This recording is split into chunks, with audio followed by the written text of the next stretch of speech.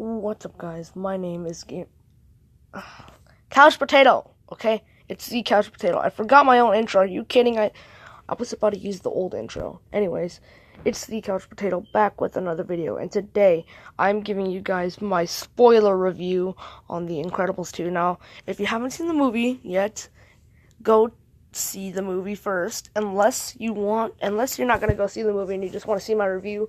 But I really suggest you go see the movie before you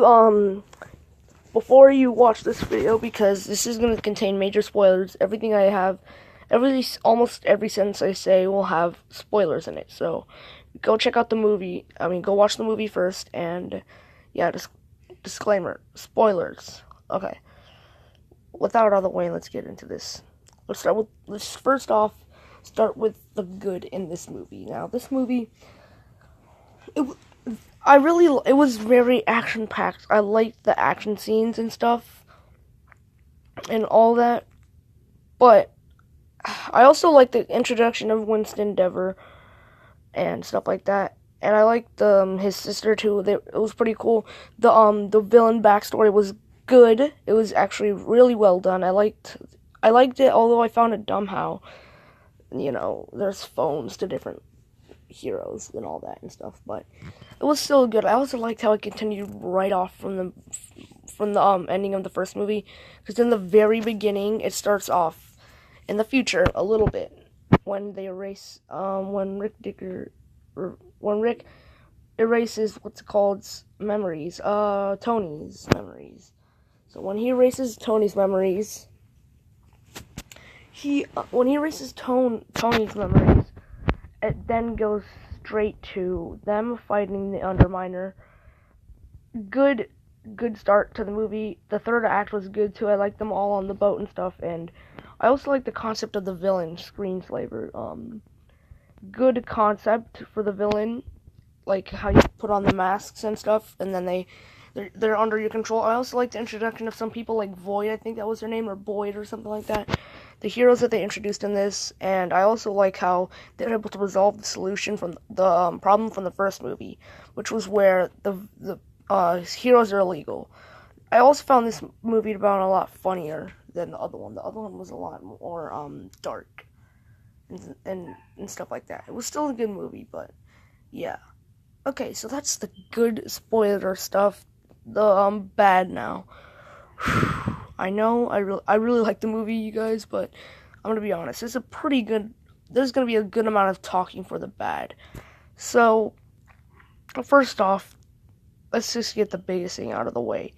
This movie was almost an exact remake of the first one, because get this, okay. The sister, I forgot what her name was, but whatever, Winston's sister, she originally is just a normal person, and then their backstory. When they explain the backstory, right? The dad had different line. Their dad had lines to Gazer Beam, and I forgot the other guy's name, but he had lines to them, okay, to save them. And when they were getting broken into one night, he was caught calling the heroes, and none of them answered, and when they didn't answer and they saw him on the phone, they shot him and killed him.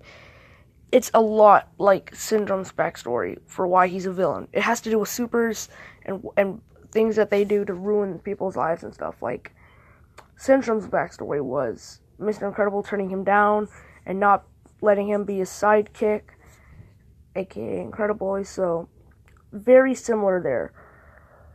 They have the same motivations too. They want to get rid of supers, and they want to they want to get rid of supers, kind of, except for themselves. Well, Syndrome actually wants to be one, but he can't. But anyways, you guys get my point. They want to eliminate the supers that have done wrong to them and stuff like that. Right? That's the villain problem.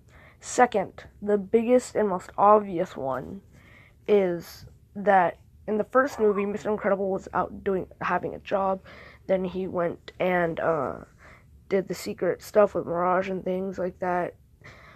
And Elastigirl was a stay-at-home mom and stuff. But in the second one, it was Mr. Incredible staying at home, being the stay-at-home parent, and Elastigirl was out doing her mission and stuff. So that's it. It's like the exact same concept, except this one's funnier in the way they do it because we got more screen time of home than we did in the first movie, because the first movie revolved around Mr. Incredible mainly. But that's another big problem I had with it. Just an exact replica of the movie. They also even had almost the same exact screen times too, but I don't really care about screen times. So yeah, that's the most obvious thing about it. But there's really no other things that I can say that make it look like a remake. But another character I also feel like a character they underused was the Underminer. They underused the Underminer. That was pun intended. I know he wasn't. It feels like he was supposed to be the main villain because, if any of you guys have played The Incredibles on the GameCube, Incredibles 2, the sequel to the game, or I'm pretty sure it's just the first one. But anyways, in that game, in the second one, yeah, this is the second one, and in the second one, you continue playing, and the Underminer is the villain of the whole game. I felt something more along the lines of that, of the Underminer being the villain, because, and the way they did in the movie was he fought Mr. Incredible a bit, taunted him, and then he escaped, and then he just never showed up again. He just escaped. That's it. He didn't do anything else. That's it. Just escaped, and destroyed some things along with it. That's pretty much it. They underused the character. They also started off the way that the Incredibles game did in the beginning, where the Underminer was drilling a hole in the ground and stuff like that, and Mr. Incredible going in to stop it. They made it the exact same way. It's like the Incredibles 2 game is a little bit like a preview to the beginning of the Incredibles 2. So that's another problem I had. It goes off with a lot of the game. And the game isn't even very popular because a lot of people don't have the GameCube. And they just don't. Well, a lot of people don't play on the GameCube either. Like, why have a GameCube? That's Xbox One and PS4. But, anyways, that's another big problem I had. They underused the Underminer. Pun intended once again. But, yeah. Also, I have more goods now. So we're going to get back into the good. So, I just reviewed the movie in my head. So, I also like how the family got more screen time in general, with the family being together. You guys know what I mean? Like, them fighting together.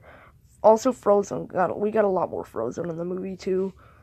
He was great in the first movie for what he had, but he was one of the more underused characters in the first movie. Because he should have been used more. He was barely used in that movie.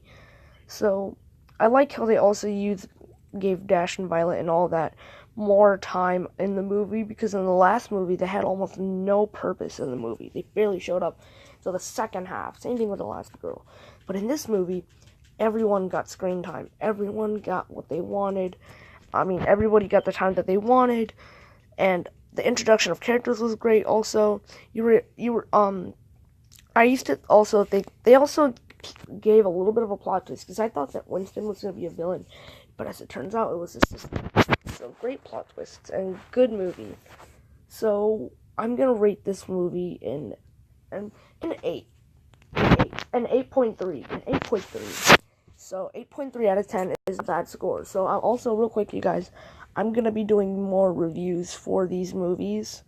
For any movie in general, from now on. So, once I go see a movie, then I'm gonna review it, depending on what movie it is. So yeah, like, I might do a review for Infinity War, even though it's been a couple months since I've seen it. I still might do a review on Infinity War and stuff like that. So I might do a bunch of reviews on movies I've seen in the past year, or just movies I've seen in general. So yeah, hope you guys enjoyed my review, and let me know what you think of the movie down below. What score you give it on a scale from 0.1 to 10. So remember, the score for this movie is an 8. Let's see if the next movie that I review can beat that one. And with all that said, you guys, peace out.